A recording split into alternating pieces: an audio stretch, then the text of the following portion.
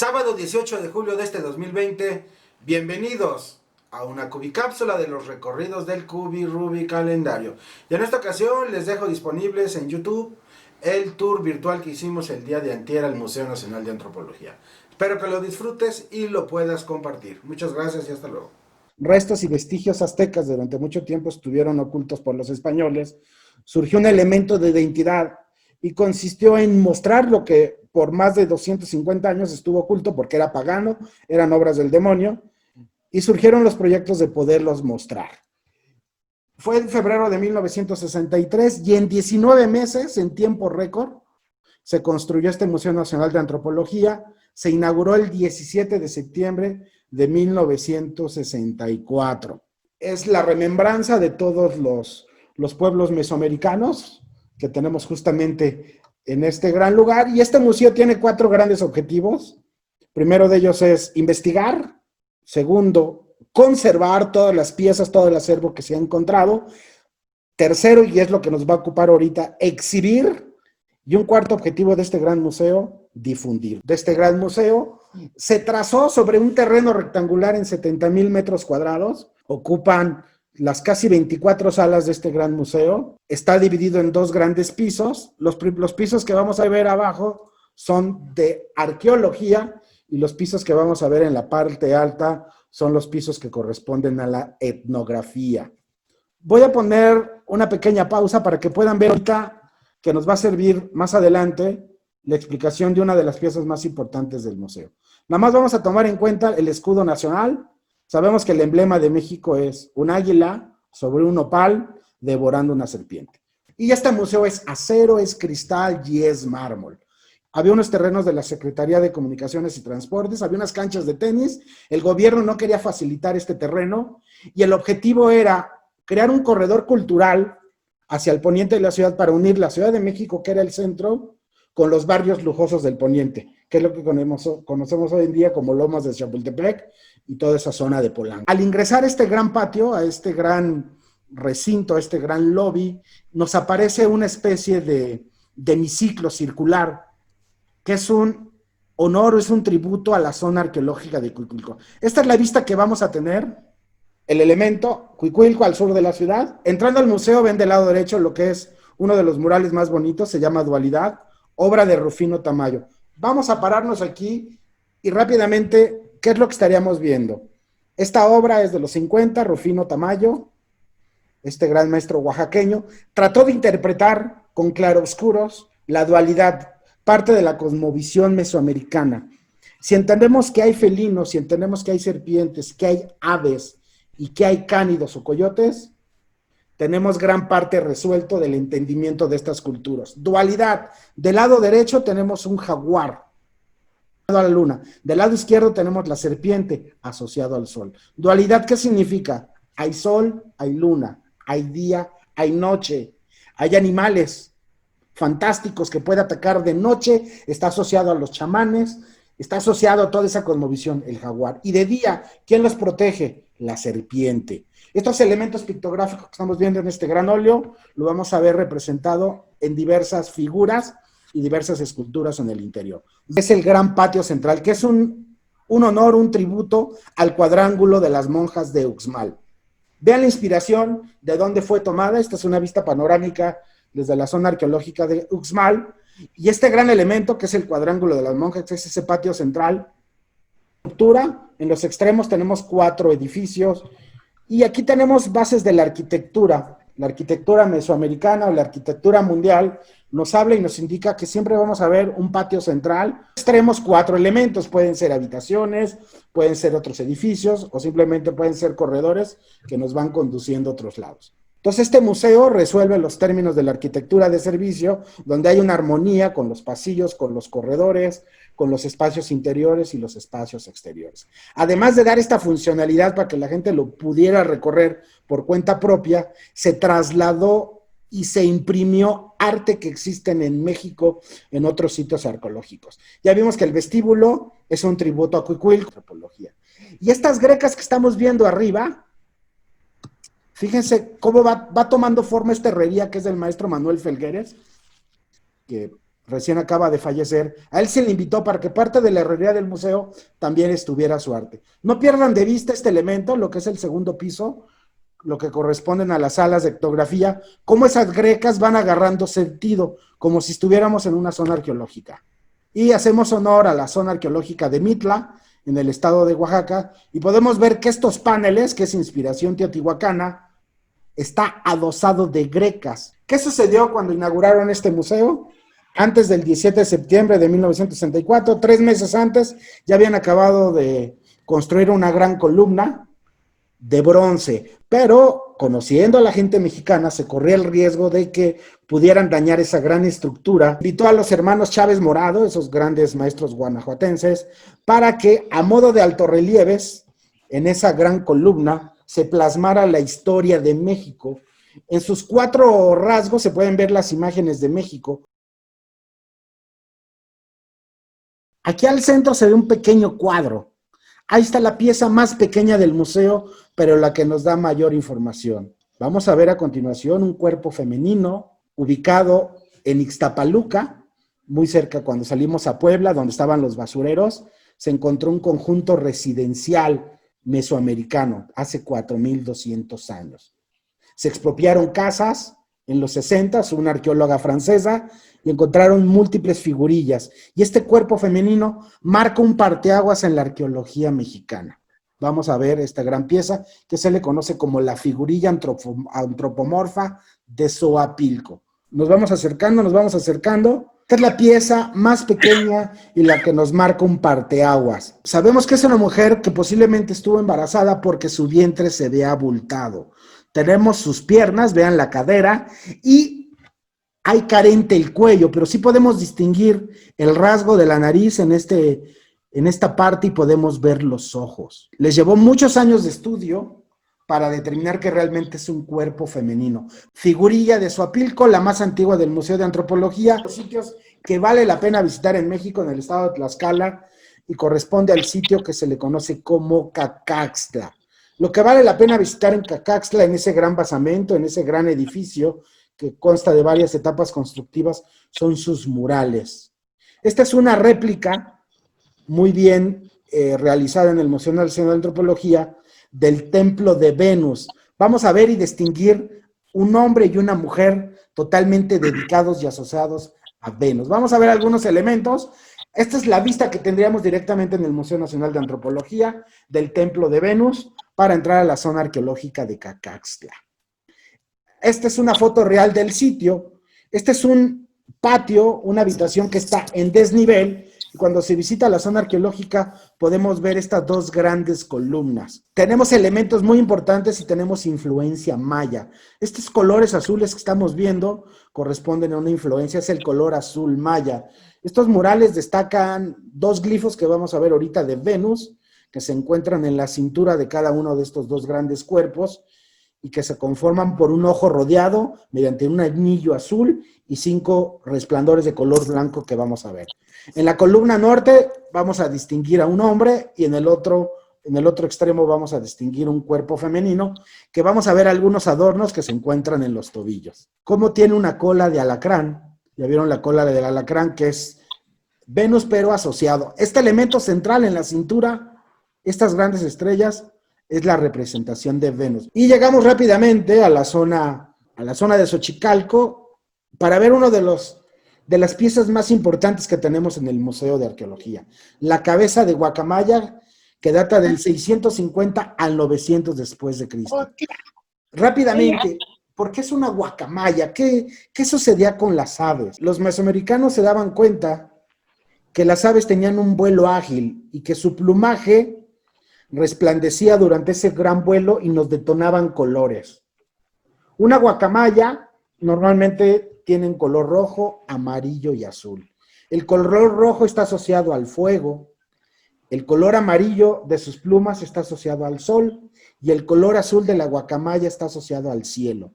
Es por ello que el mesoamericano, cuando veía volar un ave, inmediatamente la relacionaba y la vinculaba simbólicamente al fuego. Es por ello que esta gran cabeza de guacamaya, cuando fue encontrada en Xochicalco, estaban limpiando el lugar en los 60s, estaban quitando hierba en un cerro y junto a un juego de pelota encontraron esta gran cabeza. Por la ubicación donde fue localizada, por los elementos que tenemos, corresponde a un tablero de un juego de pelota, contornos masivos y cómo hay vacíos profundos y superficies. Este gran Atlante que vemos se trata de un imponente de más de 4 metros de altura que se encontró en la pirámide B de Tula, junto con otras esculturas, junto con otras monolitos como el que estamos viendo, sirvieron para sostener un templo, el techo, que se encontraba en la parte superior de este gran conjunto de Tula. El Atlante de Tula, como estamos viendo, es un guerrero que sostenía ese gran techo y sobresalen dentro de su iconografía su pectoral en forma de mariposa, cuenta con algunas armas, porque recordar que son guerreros. Un cuchillo, lanzaflechas, lanzadardos, presenta armas. ¿Qué sucedía? Ahorita que veamos la parte trasera de este gran... En la parte posterior es un disco solar, que es característico de los gobernantes y de los guerreros toltecas. Históricamente tenemos representado un espejo. Estos espejos lo que hacían era ver quién los venía persiguiendo la parte trasera, es como un guardaespaldas. Entonces está representado a modo de protegerse ese elemento guerrero del gobernante, poner un espejo en su parte posterior como para que simbólicamente pudieran ver quién pudiera dañarlos en algún momento. Está fabricado con concha, nácar y huesos. Podemos ver rápidamente cómo la cabeza de este guerrero está rodeada y forma parte de otro conjunto exterior, que es la cabeza de un coyote. Es una de las grandes piezas por su gran trabajo, representando esa deidad, esa dualidad de un ser humano, pero acobijado por un animal mitológico. Recordar que tenemos 4 animales mitológicos: felinos, aves, serpientes y perros y coyotes. Aquí tenemos la representación de un coyote o de un cánido, coraza de Tula. Esta gran coraza fue encontrada en un altar, justamente en el Palacio de los Quemados, en la zona arqueológica de Tula, en el estado de Hidalgo. Está por 1,400 pendientes de concha y caracoles que están bellamente colocados en una gran pieza de cuero. Fue localizada en este gran Palacio de los Quemados, y sin duda esto nos da la gran importancia del acervo. Este gran jaguar se le llama el Ocelocauchali, que son recipientes que servían para los sacrificios humanos. Esta gran pieza estuvo vinculado al jaguar, otro animal mitológico, y el jaguar tiene una gran relación con la noche, el inframundo, la tierra, la fertilidad. ¿Por qué? Porque tiene ámbitos naturales como es la noche y como son elementos acuáticos. Tiene una relación con la guerra y con el sacrificio, porque el animal, el gran jaguar, el gran ocelote, dada su ferocidad, hace que estos elementos puedan convivir con las culturas mesoamericanas. En la parte alta de esta gran escultura hay un recipiente que era utilizado para las representaciones y los sacrificios humanos. Fue descubierta en 1901 en la Casa del Apartado, justamente frente al Templo Mayor. En las excavaciones, a principios del siglo, fue localizada esta gran pieza. Y vamos a continuar por este gran pasillo a la parte central. Esta es la vista que tenemos cuando entramos a la sala mexica. Al fondo, como pueden ver, la pieza más importante, la Piedra del Sol, mal llamada calendario azteca, y justamente entre la Piedra del Sol y el Ocecolchali se encuentra la Piedra de Tizoc, una gran piedra de sacrificios que mandó a construir justamente el Tlatoani Tizoc, una pieza que se encontró en 1791 en la Plaza del Zócalo. Esta vista es muy bonita porque podemos ver elementos que adosaban los muros. Estas serpientes que estamos viendo en esta gran base eran clavos arquitectónicos que se utilizaban para soportar el estuco. Es un ritual de una lucha entre un cautivo de guerra y un guerrero mexica. Esta representación y toda esta iconografía la podemos ver en altorrelieves, en lo que corresponde a todos los aros que están rodeando esta gran pieza. Y en la parte central tenemos un orificio. En ese lugar se depositaban los sacrificios humanos. Esta gran piedra tiene la representación de 15 guerras, de 15 pueblos que fueron dominados por los aztecas. Los aztecas en menos de 200 años lograron someter a más de 400 pueblos en la zona del altiplano. Es una pila de sacrificios, era una piedra que se utilizaba para fines bélicos. Vamos a regresarnos de esta gran sala central sin perder de vista uno de los grandes elementos que tenemos en el museo. Aquí podemos ver nuestro gran ocelote, pero de este lado izquierdo, aquí va a cambiar el discurso de México. Tenemos el gran Teocalli de la Guerra, que lo vamos a ver justamente de frente. Vamos a regresarnos por donde iniciamos. ¿Qué significa este gran Teocalli de la Guerra?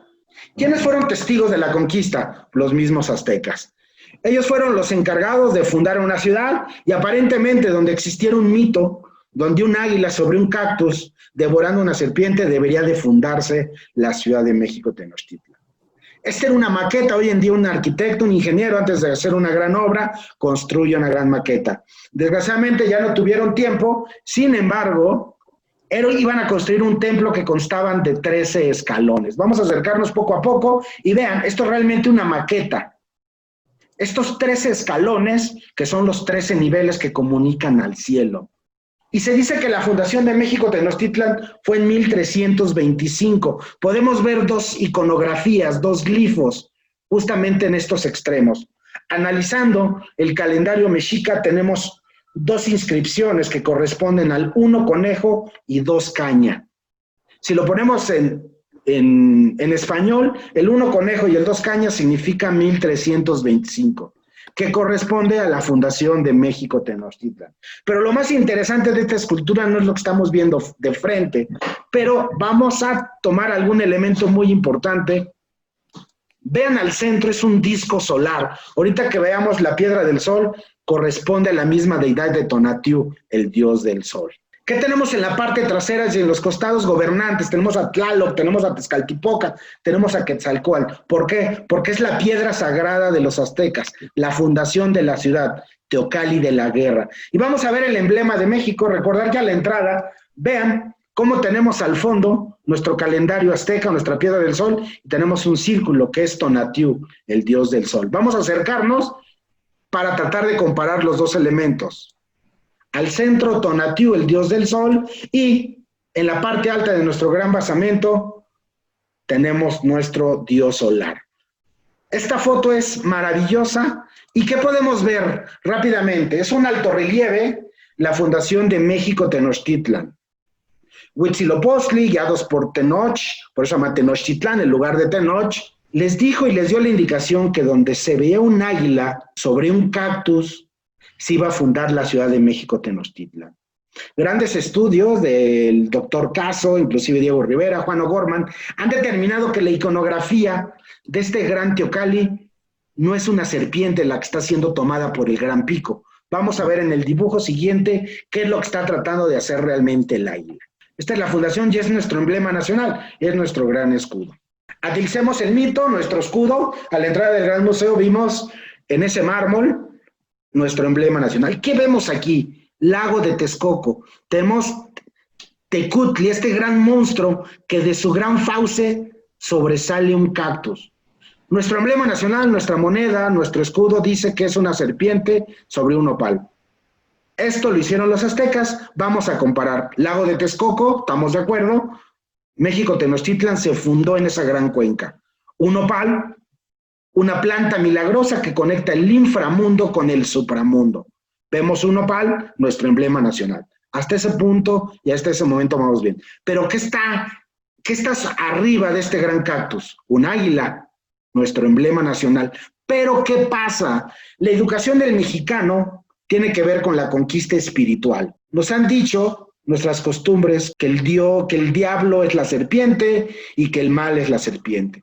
Pero para el mesoamericano, un dios tutelar, un animal mitológico, un animal que los protegía, que los custodiaba, era Quetzalcóatl, la serpiente. No es posible que la fundación de una ciudad que adoraban a una serpiente haya sido devorada por otro animal mitológico que es el águila. Recordar que nuestra educación es totalmente religiosa. Estas son teorías, no estamos hablando de que sea lo más real, pero nuestra educación fue encaminada a que nuestro emblema, un águila devorando una serpiente, porque la serpiente es el mal, cuando estamos educados religiosamente. Pero el águila no está agarrando una serpiente.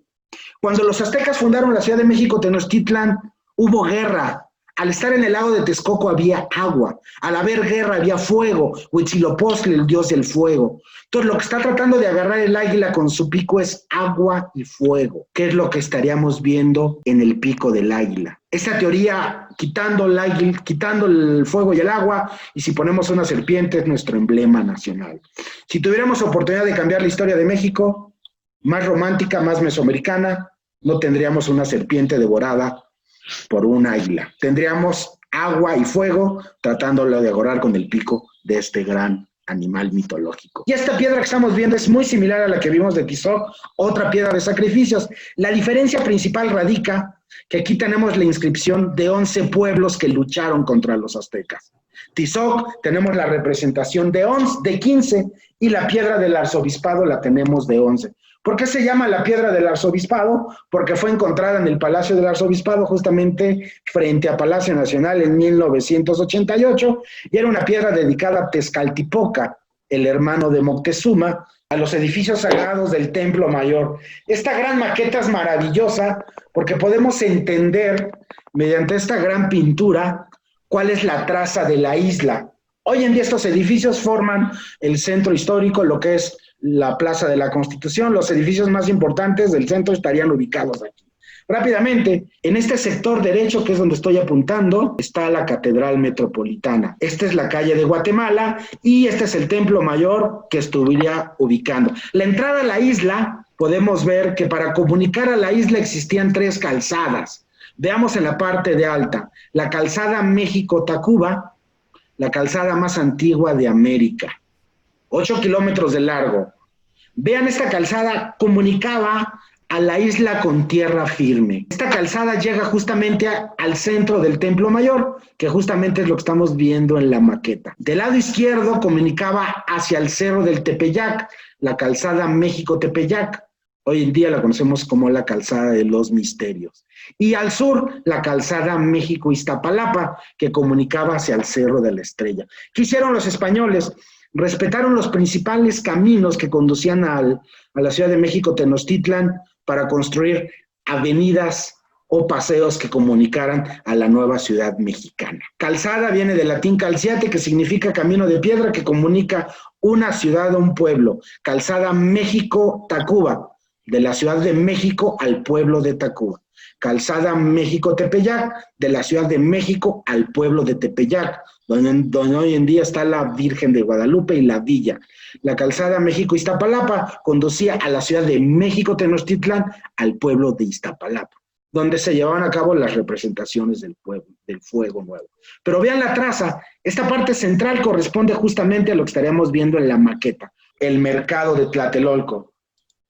200 piezas perfectamente reproducidas, ninguna es igual a otra, todas son únicas y nos da pauta y nos permite saber y conocer cómo se llevaba a cabo el comercio en el mercado de Tlatelolco. Hernán Cortés, cuando vio este gran mercado, se sorprendió. El mercado más importante de Europa estaba en Salamanca y Hernán Cortés lo comparó, el mercado de Tlatelolco, inclusive llegó a decir que era 2 veces más grande que el mercado de Salamanca, que era un referente en Europa.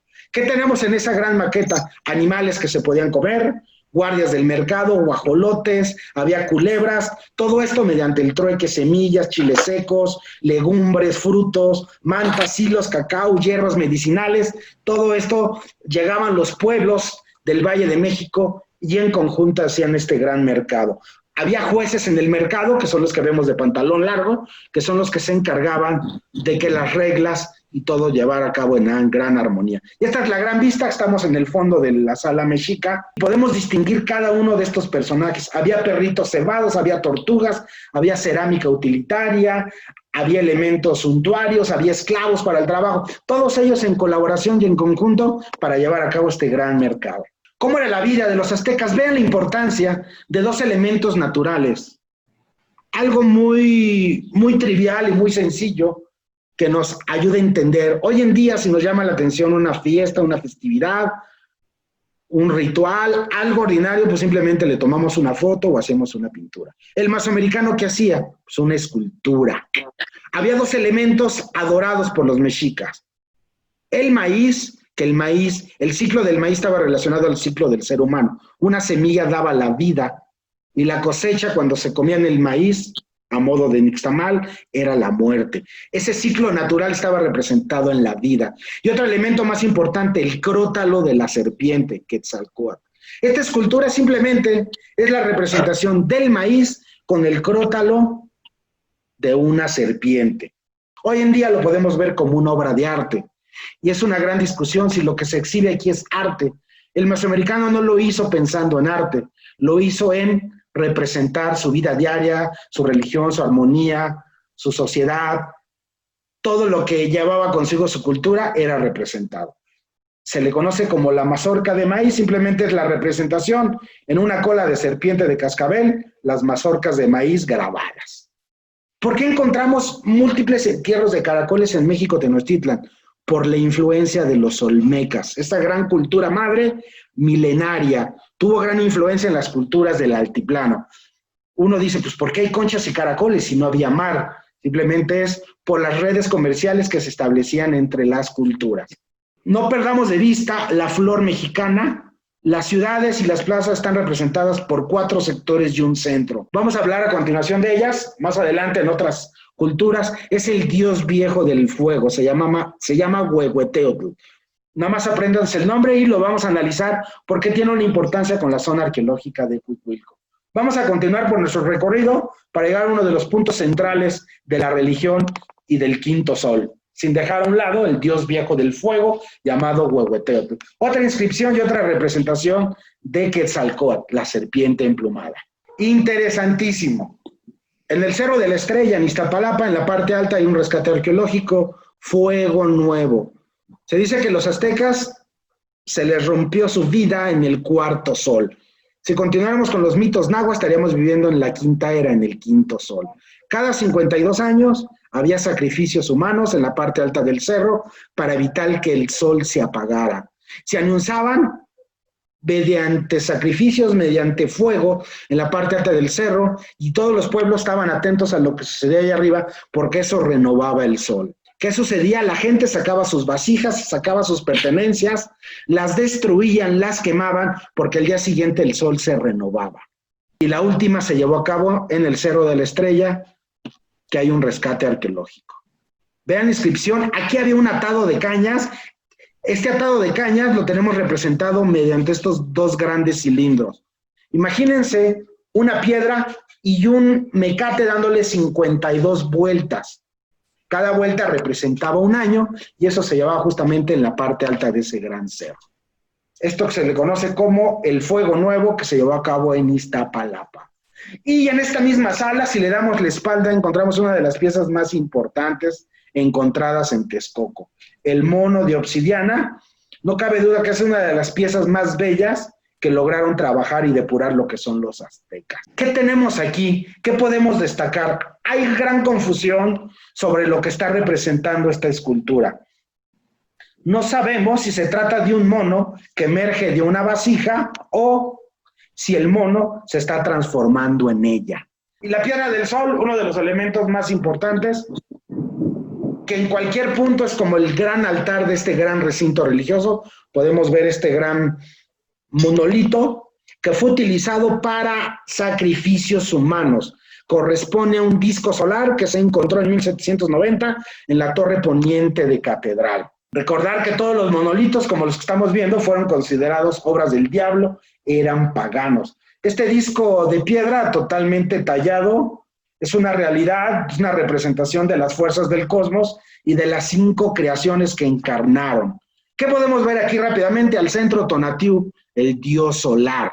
Y tenemos 4 elementos calendáricos. Tenemos un jaguar, tenemos el agua, tenemos el fuego y tenemos el viento. Podemos ver 4 elementos calendáricos. Se dice que la humanidad, la vida, de acuerdo a las mitologías náhuatl, hubo 4 intentos.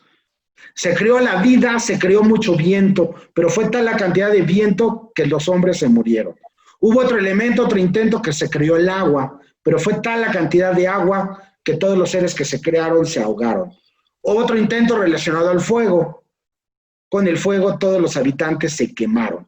Y hubo otro intento, que hubo un jaguar, que se convirtieron esas personas en peces y se los comieron. 4 intentos fallidos, pero ¿qué tenemos al medio? El quinto elemento, el Olin, el quinto sol. Se dice que la vida fue creada en un intento de una quinta oportunidad. Y alrededor tenemos el calendario azteca. Se le llama calendario porque tenemos eventos calendáricos. Este monolito estuvo totalmente cubierto de color policromático, amarillo y rojo, porque son los colores del sol. Esos 4 elementos sabemos que están relacionados. Rápidamente, sin meternos en mucho detalle, son los 20 días. ¿Cómo hay un día que está relacionado al venado, otro al conejo, otro al agua, otro al perro?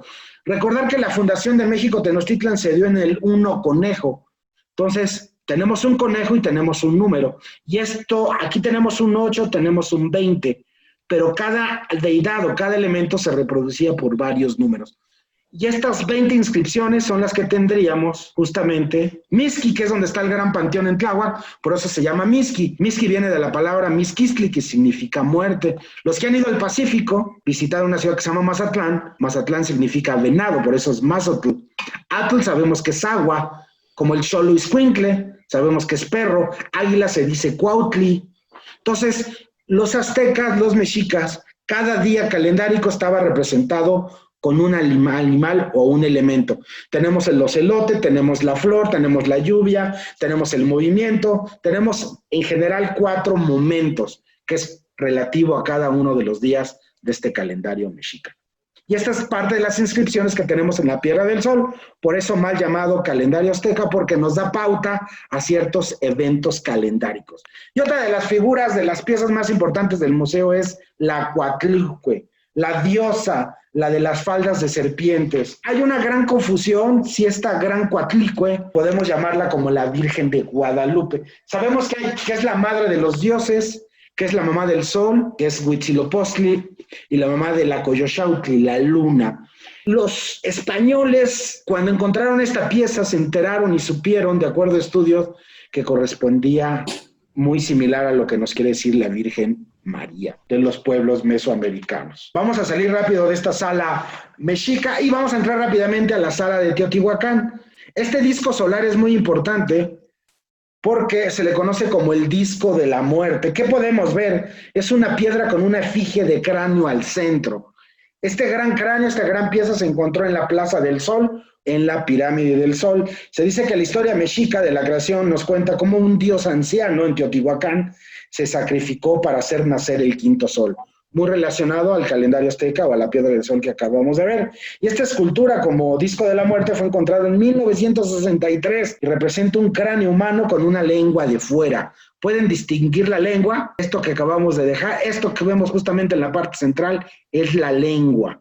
Y este es un disco asociado a la muerte. Se ve el resplandor de la... Y de lo importante en esta sala, esta es una réplica del templo de Quetzalcóatl, un templo que originalmente estuvo revertido de color. Esta es una réplica, originalmente lo vemos en la Ciudadela, sin embargo, a modo de una reproducción policromática, tenemos ese, y tenemos frente a nosotros a la Chalchitlicue, que este gran monolito fue encontrado en la Plaza de la Luna, frente a la Pirámide de la Luna, y es la dualidad femenina de Tlaloc. Se dice que esta diosa está asociada a la tierra, al agua, por ser la representación femenina de Tlaloc. ¿Y qué tenemos en la Pirámide de Quetzalcóatl? A la serpiente, tenemos nuevamente un crótalo. Cuán larga es la serpiente, ya vieron aquí en la parte baja, Quetzalcóatl, cuán largo es, como una procesión, porque originalmente cuando se visita este edificio en el otro sector, que estaríamos viendo del lado derecho, vemos otra serpiente, pero que viene de derecha a izquierda,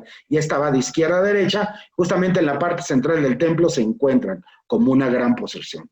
De igual forma como los aztecas, tenemos elementos acuáticos, tenemos conchas y caracoles, por la influencia que tuvieron con los olmecas. Y parte de lo que se exhibe en esta sala es reproducciones de pinturas murales. Teotihuacán fueron considerados los grandes maestros de los frescos, gran tradición pictográfica, que es lo que vamos a ver a continuación en algunas réplicas de animales mitológicos. Y en esas grandes plazas, en esos grandes patios centrales, eran asistidos para llevar a cabo ofrendas o sacrificios humanos. Y lo que estamos viendo ahorita, justamente que crucemos esta gran escultura, vamos a ver a nuestra representación del dios viejo del fuego, Huehueteotl. ¿Qué importancia tiene Cuicuilco? Sabemos que el volcán Xitle hizo erupción y ese edificio estuvo consagrado posiblemente al dios viejo del fuego. Cuando vemos esculturas de Huehueteotl, tiene una joroba. Esa joroba significa que es el volcán Xitle. Entonces imagínense cómo el mesoamericano, un dios viejo que es el fuego, para representar un volcán que hizo erupción, forma parte de una gran joroba. Es por eso que esta escultura la vemos representada como una gran joroba, y eso es la representación de la zona arqueológica de Cuicuilco en este gran dios. Vean cómo todo lo que sucedía en la naturalidad, en los elementos naturales, lo tenemos representados en la arquitectura. Este sería el patio de los caracoles emplumados en Teotihuacán. Tenemos elementos en la parte central como esta gran ofrenda. Esta parte trasera de Huehueteotl sería la joroba, que correspondería a la transformación del volcán Xitle dentro del Pedregal de San Ángel. Más ejemplos de pinturas murales en Teotihuacán, lo que es la Sala Maya. Súper interesante saber qué sucedió en la península de Yucatán. Vamos a aprovechar esta gran maqueta que tenemos y conocemos lo que es la geografía y la topografía de la península. Tenemos una altiplana, una parte central que corresponde a la piedra caliza. Vamos a aprovechar el arte y los trabajos que hay en el Museo de Antropología para ver una pintura de Luis Covarrubias de 1964 que nos representa el corte de la topografía y de la geografía de la península de Yucatán en la siguiente pintura. Actividad básica y predominante de las culturas mesoamericanas es la agricultura. Gracias a la agricultura, culturas y ciudades pudieron llegar a vivir más de 1000 años. Los mayas sabían que tenían un terreno totalmente de piedra caliza donde no se llevaba a cabo de una forma muy productiva la agricultura. Fueron los primeros grandes deforestadores de la selva, quemaban la selva y esas cenizas, todo lo que ellos iban destruyendo, mezclando con la piedra caliza, se creaba una superficie aparentemente agrícola como una capa de tierra para la agricultura. Se acababan las selvas, ese terreno que ellos iban cimentando, en muy poco tiempo dejaba de funcionar para la agricultura. Al no haber agricultura, ya no podían seguir sobreviviendo. Entonces, ¿qué sucedía? Abandonaban una ciudad maya e iban a otro extremo de la península a hacer el mismo trabajo. Quemar madera para crear una base o un cierro aparentemente fértil para llevar a cabo la agricultura. En términos de cientos de años, los recursos naturales eran agotados, abandonaban la ciudad, y uno de los grandes rasgos que tenemos en esta sala es un dintel que se encuentra en Yaxchilán, en Chiapas, casi la frontera con Guatemala. Este gran dintel, junto con otros, se encuentran en el Museo Británico de Londres. Es la representación por excelencia de los altorrelieves que podemos ver en los dinteles de la zona maya. Simplemente los da elementos iconográficos para tratar de entender la consagración de dos deidades y de dos elementos naturales de gobernancia en la zona maya. Otro elemento importante que vamos a ver ahorita es un ejemplo de un mascarón monumental que se encontró en Campeche, que lo tenemos justamente en el otro extremo de la sala. Ahorita que salgamos de ver esta gran pieza, vamos a darnos la vuelta y vamos a caminar justamente hacia el otro extremo. Ese gran mascarón que estamos viendo justamente en el otro extremo, debajo de esta gran pintura que también nos habla parte de la religión maya. ¿Qué estamos viendo en ese friso? Ese gran friso es una imagen cargada de gran simbolismo, porque al centro aparece el rostro de un personaje joven, que es lo que estaremos viendo en este lugar. Posiblemente es la representación del dios del maíz, y vemos que está totalmente ataviado con un gran tocado. Y en la parte alta se observa un pez shock, que para los mayas correspondería a un animal mítico que está asociado al tiburón y por lo tanto al inframundo. Que tuvo una relación estrecha con los toltecas son los famosos chacmol. El chacmol que vamos a ver a continuación es una figura muy extendida en todo Mesoamérica, donde se representa la imagen de un personaje que está semi-recostado, con las piernas recogidas, y su rostro podemos ver que está girado hacia la derecha. Es una figura antropomorfa, es irreal que eso suceda. Estas figuras, estos Chacmol, eran mensajeros entre los hombres que habitaban la tierra y los dioses. Fíjense que en la parte central tiene un contenedor. Ahí colocaban rituales, posiblemente de copal. Eran representaciones y divinidades hacia los dioses. Algo también interesante destacar son los ornamentos que tenemos en sus tobillos.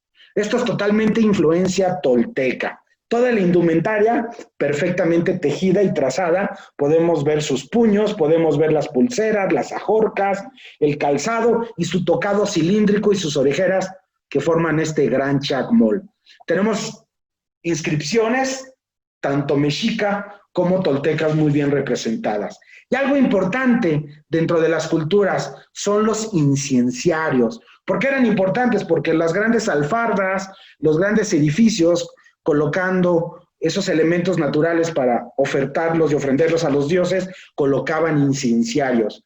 Aquí hay un elemento muy importante que es un dios descendente, que es la figura que estamos viendo aquí, que es un incienciario, un referente de Mesoamérica. Simplemente es la relación del maíz y de la vegetación, lo que estaríamos viendo como parte de la iconografía de ese gran trabajo, y simplemente es un recipiente, pero que está cargado y adosado de arte. Que podemos ver en esta sala olmeca es la cabeza colosal. En total se encontraron 17 cabezas. Esta corresponde a la cabeza número 6 del año 600 antes de Cristo. Esta cabeza fue hallada en San Lorenzo, muy cerca ya de Tabasco. Simplemente es la representación de la cabeza de un gran gobernante en la plástica olmeca.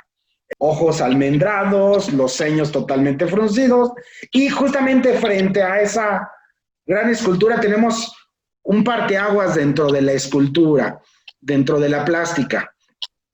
Hemos visto muchas piezas que son aparentemente rígidas, sin movimiento.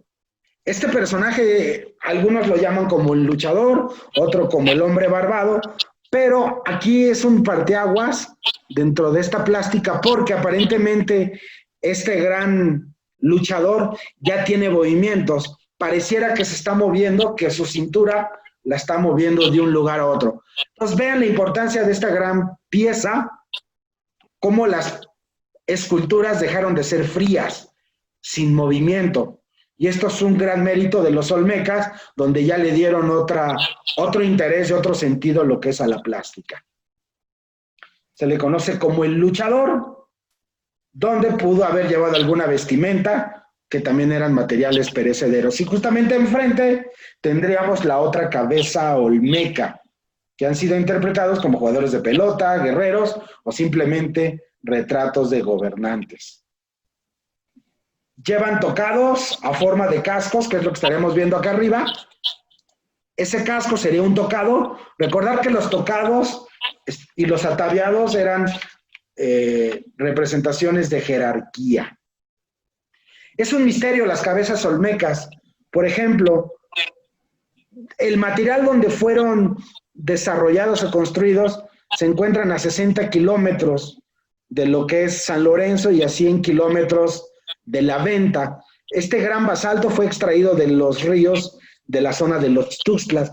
Entonces, ¿cómo esas piezas fueron trasladadas de entre 60 y 100 kilómetros en línea recta?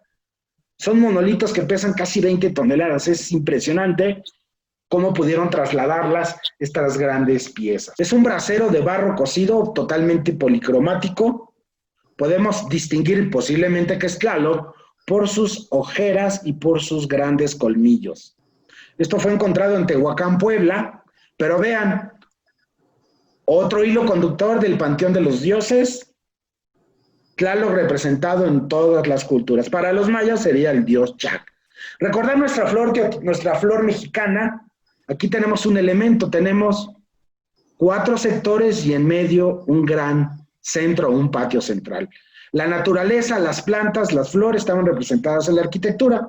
Y esto lo podemos ver dentro de la arquitectura moderna, alguna plaza central, algún pueblo de una ciudad, y en esos 4 rumbos tenemos edificios. Lo mismo hacían los mesoamericanos.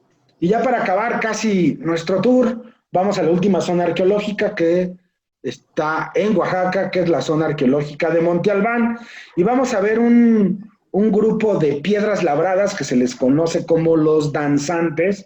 Esta fue una extracción de una tumba allá en Monte Albán, y le llamaron danzantes porque pensaron que existía esa representación, esa festividad, pero después de un estudio iconográfico, por las posiciones corporales y su aparente desnudez, se ha interpretado como chamanes o cautivos de guerra, pero de primera instancia, de primer impacto, así se le conoce en el Museo del Sitio y en esa zona de Oaxaca, como los danzantes.